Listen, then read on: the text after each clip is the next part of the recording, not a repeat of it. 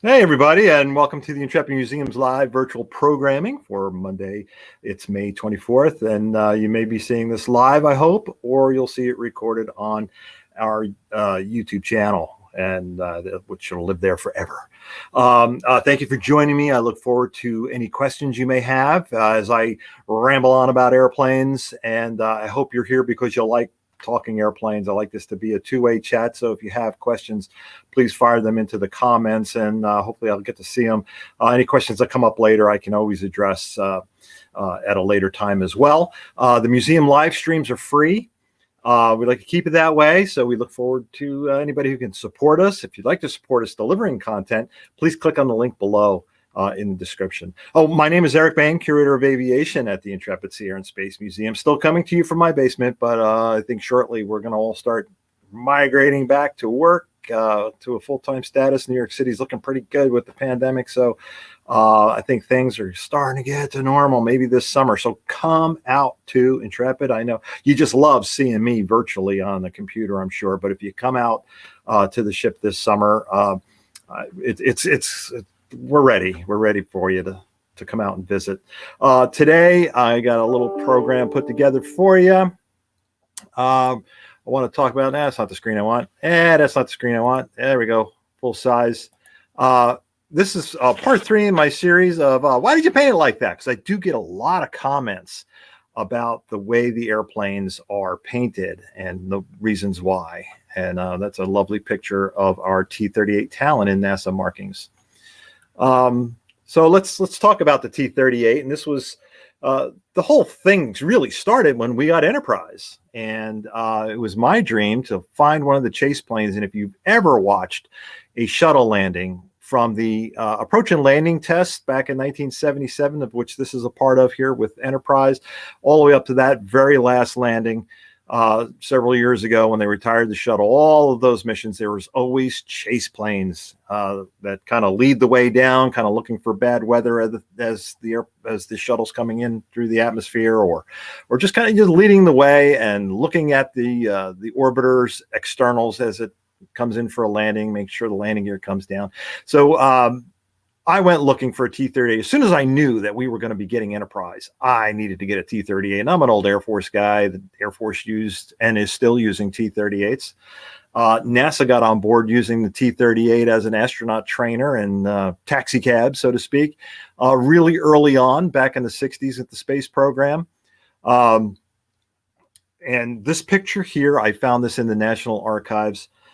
This shows Enterprise on the back of the shuttle carrier 747. And NASA had 2 of the shuttle carriers, and we did a program about the shuttle carriers with the folks down at the Johnson Space Center about a month ago, talking about it. That airplane you see in the photograph is retired, of course. It doesn't carry shuttles anymore, but they have a mock-up shuttle on top of it down in Houston, Texas at their museum.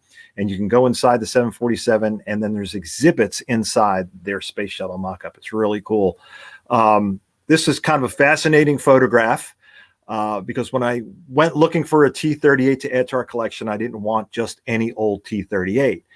As some of you space enthusiasts know, the Enterprise was used for the approach and landing tests back in 1977. This was even before, it was before Columbia was built for the first flight into space. I mean, they had to prove that aerodynamically, this huge vehicle can re-enter the atmosphere and then land like an airplane, essentially land like a glider on a runway. And the way to prove that was to bring it up on the 747, release it, and see how it did gliding back. So the approach and landing test included a lot of what they called inert flights, where they just carried the shuttle around to see how the combination aircraft would act aerodynamically. And then that led up to the 5 free flights where the orbiter was released to glide back in. And so this photograph here was not dated in the archives. But what I'm looking at here is you're looking at the Enterprise, and you notice the nose attachment point that is called the bipod, and the angle of the wings. Look at the angle of the wings of the orbiter and the angle of the wings of the 747. You could see that the orbiter is nose high. There was 2 different bipods used. for just transporting shuttles, which is something they did quite often. And whenever they landed in California and that one time in New Mexico, they had to be brought back to Florida. This was a routine thing to transport space shuttles. So it had a bipod that kept essentially the wing on the same angle as the wing of the 747. So they're not working against each other or adding more lift, or it's just aerodynamically better. So it was a shorter bipod. This is definitely the longer, taller bipod that puts the space shuttle orbiter on a more positive angle of incidence here, or an angle of attack, I should say, so that when it is released, it will fly away from the 747, as the 747 will then also go into a pitch down attitude and descend and get away from the shuttle completely. But they use that taller bipod. So this photograph shows a taller bipod.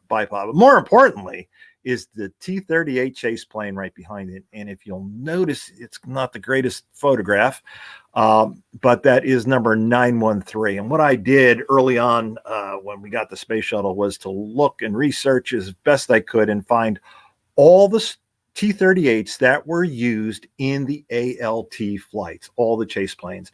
And I created a list of those. And then I started to stalk GSA, and that's the government surplus office. So government surplus, eventually an airplane popped up. It was stripped of engines. It was stripped of cockpit interior. A lot of external parts were missing. The leading edges were missing. Some panels, access panels were missing. Landing gear doors were missing. The airplane was completely incomplete. And but it was one of the airplanes that was present with Enterprise in the ALT program. So it was important to get that airplane. It was essentially on GSA being sold to scrap aluminum. Aluminum scrapper can really get a lot of money out of an airplane like a T-38 because it's nice and compact. You can break it up and essentially turn it into beer cans and make some money. Of course, that would be a crime, especially on an airplane that has some historic value, like airplanes that flew during the ALT program. I want to talk a little bit about markings. Let's pop back to that slide. Take a note of the markings on both of these aircraft. Notice the tail on the 747 has the logo NASA in what is called the NASA worm. Also, the space shuttle. Look at the orbiter right above where it says United States on the side of the fuselage, right where the cargo door hinge is. The NASA worm appears there. And then the T-38, NASA is in a yellow band. So once again, you guys know I'm a nerd for markings, and that's what this little series is all about. So there's something quirky going on there, and we'll talk about that in a minute. Here's another photograph in all my research of trying to find how T-38s were painted. This is a very early shot, probably 67, 68 maybe. The gentleman I'm sure you space enthusiasts know immediately who that is. The guy on the right is Deke Slayton, who was one of the Mercury 7 astronauts who did not get to fly on Mercury, developed a bit of a heart issue and never got to fly in space until the Apollo-Soyuz joint mission with the then Soviet Union. He got to fly on that as a rookie astronaut, but he actually led the astronaut office through the Gemini and Apollo programs. And the gentleman walking with him is none other than the first man to walk on the moon, Neil Armstrong. And they're walking away from a T-38. Looks like they just arrived somewhere. And the T-38 is in markings the way NASA painted them back in the early to mid 60s. And it's all white. The NASA's printed on the tail. There's their 3-digit number. The NASA meatball is also on the tail. The meatball is the I'll show you a better picture of the meatball in a minute, but that's the NASA logo. Interesting here. They must have went somewhere for a few days, because if you look under the belly of the airplane, you will see what's called a SUPOD, or a cargo pod. That's where your luggage goes. That's not an extra gas tank. That's not a weapon of any sort, but that is in fact a luggage container. And let's see what the next picture is. Oh, yeah, there's the meatball. So that's the NASA meatball, and that's the logo of NASA ever since day one. I just think it's beautiful graphically. You have the sky with stars and planets. You have that circular thing going around the whole thing, representing an orbit of something. And then the red, I call it the swoop, not to take away from the famous swoop of sneaker fame, certain brand of sneakers, but that red dynamic image of something flying. I just think this is a lasting graphic, as you'll find out here in a minute. I just threw this one in. That's Deke Slayton again on the right. I threw this in because it popped up, not because it showed the T-38 particularly well. That is a T-38 behind them there. But I put this up because the other astronaut in this image is none other than Michael Collins, who was also on Apollo 11 with Neil and Buzz. Michael stayed up in the Columbia Command Module while the other two guys landed and walked around. But Michael Collins passed away just last week. So I just wanted to include this image to honor him. Really great guy. All right, so here's another T-38. Now we're looking at a new design on the tail. There's the NASA worm finally appears. The NASA worm was actually developed in 1975. It was used as a marking on the aircraft and space shuttle orbiters until like 1992. But they got away from the meatball. Notice the meatball isn't on this airplane at all. They added a blue stripe down the center line of the fuselage where the N number is on the tail. You folks know what N numbers are, right? So N numbers, this T-38s were built as a military training airplane and primarily used by the U.S. Air Force. Most of the, or I should say all of the NASA T-38s used do have an Air Force serial number. It has nothing to do with that 3-digit number that NASA has assigned. That 3-digit number does have a meaning to NASA. The number 9 being the first digit in the 3 digits means that airplane is assigned to the Johnson Space Center, and that's airplane number 10, assigned to the Johnson Space Center. So if you ever look at a NASA airplane, if you see something that starts with a number 8, that airplane is assigned to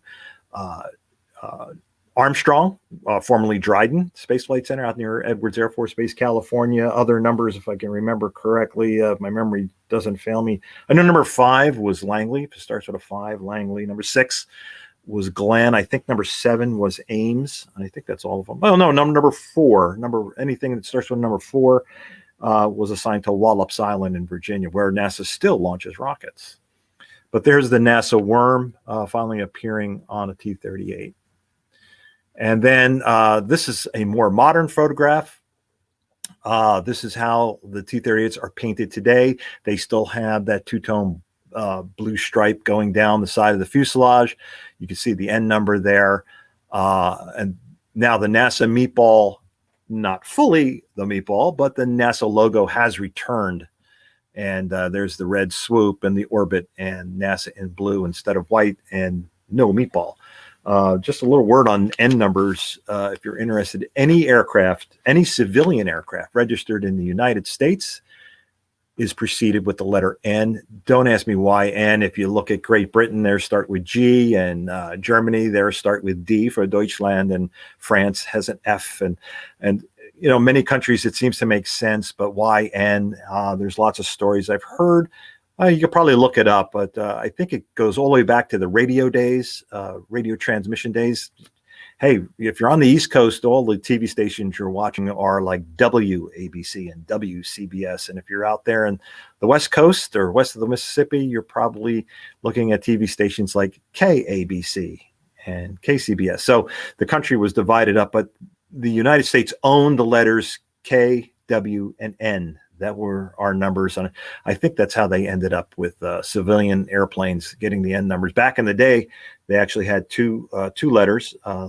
NC was just a normal commercial N number for commercial airplanes. NX for experimental. Look at Lindbergh's airplane, Charles Lindbergh's NX 211, I think.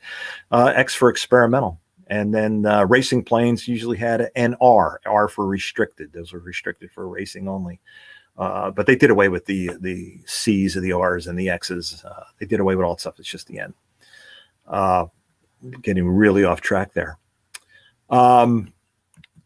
So here we are back to this photograph.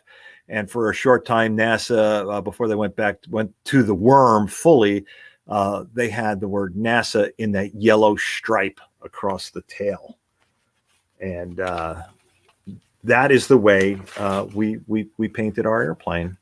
And there is airplane 913. So N913NA, the national, that's the NASA N number. 913 is in that photograph. 913 was the airplane that was being scrapped, and we were able to acquire from general government surplus. So just here it is after it's been repainted, because it did have the more modern markings on it. And we backdated the painting on the tail so that the NASA yellow stripe shows just like it did in 1977. Little side note, these airplanes have a story because of the people who flew them, of course, and astronauts flew these things. And I've spoken to a few astronauts that found 913 in their logbooks, considering that these airplanes flew for NASA for many years. They had a fleet of over 30 of them. I think it had up to 33 at one point. So lots of airplanes, lots of astronauts jumping in and going places. One of the astronauts that helped me the most was Carol Bo Bobko. And Bo joined NASA too late to walk on the moon. He ended up flying on the space shuttle. He was one of those guys at the MOL program, the MOL. Space enthusiasts will know what that is, a man orbiting lab.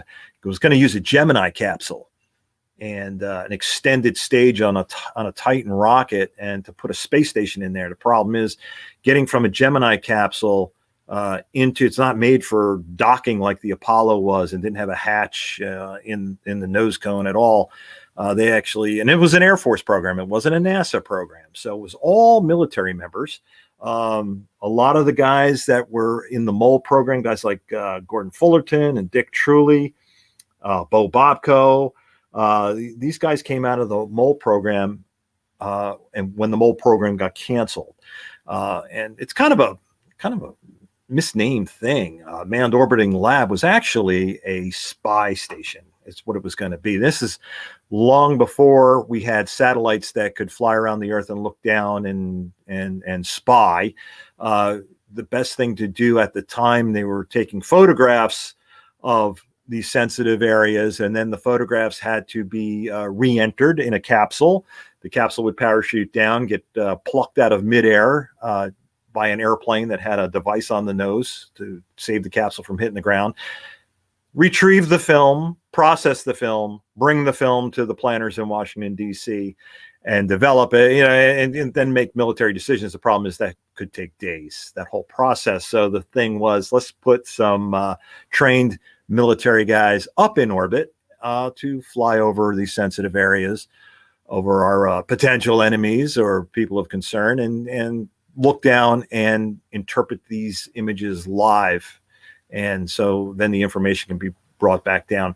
Of course, spy satellites are able to do that almost semi-autonomously nowadays. And the MOL program was canceled right when Richard Nixon took the White House in 1969. He needed to cut the military budget as much as he could. And the MOL program was one of the first things that Nixon cut. And that left a whole bunch of these military aviators who were hoping to be flying in space without a job. NASA went to the military and said, give us your youngest guys. I think you had to be under the age of 35. I forget what the cutoff number was. But any of these guys that were selected for the MOL program who were not 35, NASA took them on as astronauts. And there were 7 of them, I believe. But guys like Fullerton and Truly, and Bobko, I think all of them actually ended up flying with the space shuttle program. They were all too late to get a moon mission, but they definitely were there. And Bobko flew Chase on the ALTs, and he was able to, we did a oral history with him, and he talked all about flying Chase on the ALT program. Notice that I was telling you about the tail numbers and the number 9s being assigned to Johnson Space Center in Texas, but they were doing these ALT tests in California at Edwards Air Force Base adjacent to the then Dryden. Why aren't they number 8? But the astronauts all live in Texas. And Bobko seemed to remember getting in airplanes early in the morning and flying out to California and doing the Chase mission and actually going home in the evenings. So that's why they used airplanes based out of the Johnson Space Center, evidently. But but his memory was a little foggy on that. He's looking for his logbooks, and maybe that'll tell a better story. Should be more fun. A little side note on the MOL program: there was an astronaut named Major Robert Lawrence, U.S. Air Force. Major Robert Lawrence was actually the first African American selected to be an astronaut. He was an Air Force major. He was going to be one of the MOL astronauts, one of the MOL astronauts, and tragically, he was killed in an aircraft accident, I believe, in 1967. I'd have to look that up. I think December 67. He was killed in an aircraft accident, not his fault. He was a passenger in a two-seat F-104 that was practicing steep landings, and he was taken away from us. But surely he was under the age that NASA required. He probably would have been America's first black astronaut if he had survived. Just a little trivia there, but look him up, Major Robert Lawrence.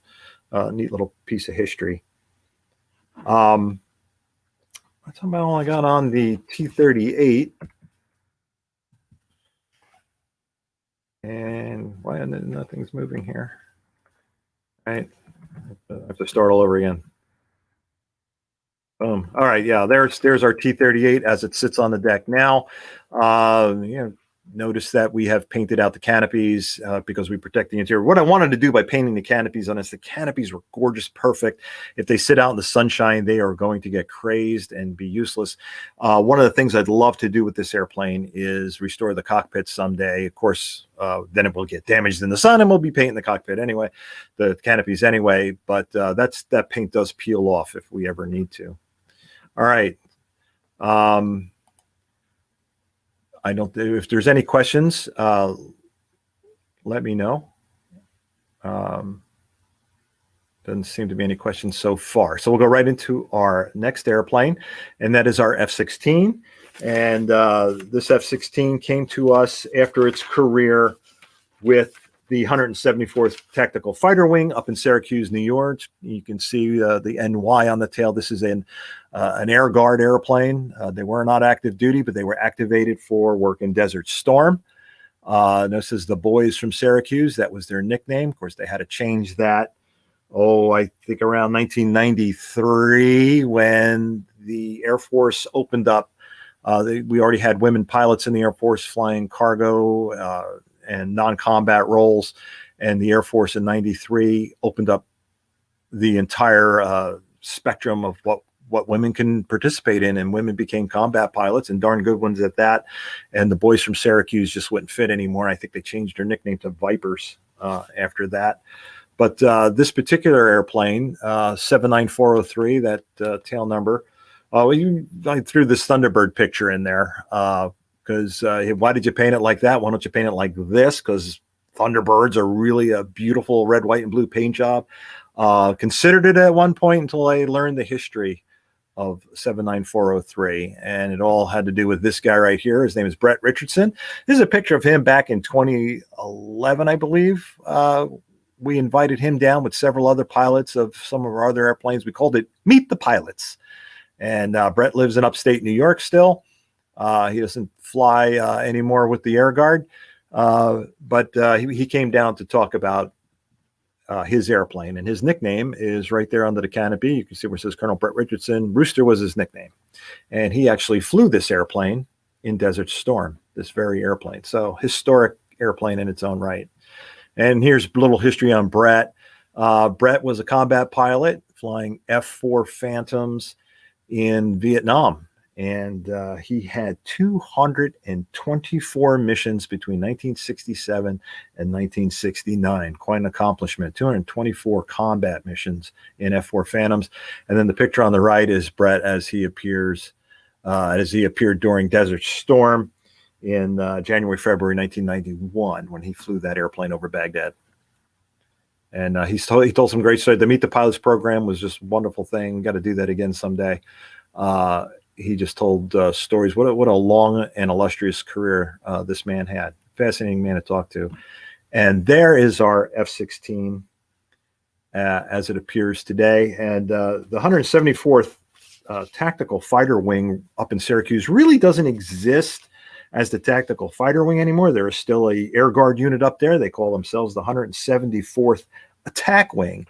And back in 2008, 2009, they lost their F-16s and they converted over to, get this, MQ-9 Reapers. Yeah, drones. So after 60 years of operation as a Air National Guard fighter unit up there in Syracuse, they no longer needed pilots in the cockpit. A lot of the guys retired. Some of the guys, men and women, transferred to other units. And a few of them decided to stay on board because they live there in the Syracuse area. And they traded in the cockpit of an F-16 for the seat in a control box so they could fly MQ-9 Reapers. And the 174th Attack Wing has been flying missions over Afghanistan since 2009, I believe. So fascinating history in their own right. So I'd like to see if anybody has any questions. It doesn't appear to be any coming in as the weather's been getting nicer and people have been getting out more. A lot of folks are not watching this live, so we're not getting as many questions as we used to, but it lives on our YouTube channel forever, and sometimes questions pop up there. So I'll wait for the questions to arrive there. I'm going to wrap it up. Thank you for watching, and the museum has introduced a number of these live streams, so please follow and subscribe to this channel. Visit our website for the latest schedule. We've got a lot of fun stuff coming up. We're working with Atlas Obscura. Let me get rid of that screen. Atlas Obscura takes you to places that you don't normally go. We already did one program with them where we took them into the aircraft restoration hangar and they saw some of the way the things work. We're going to be taking them down below decks, and we're going to be visiting areas that the public isn't allowed in. We're also going to be taking them into our collection storage area where Jessica Williams, our curator of history, will be showing you things that are in storage and not on display, and real fun stuff there. And then in July 13th, you'll see me again with Atlas Obscura, and we're going to go inside the Enterprise. Of course, that is not open to the public, and that should be a whole lot of fun. And if you're able, donations of any amount are always welcome to the Intrepid. It helps us keep these programs free or cheap. But check out our website for all the live streams that are going on, and also those Atlas Obscura programs that are coming up. We got 3 more programs coming up in the coming months, June, July, and August. So it should be fun. Look forward to any questions you may have. And for now, signing off. Thank you for watching.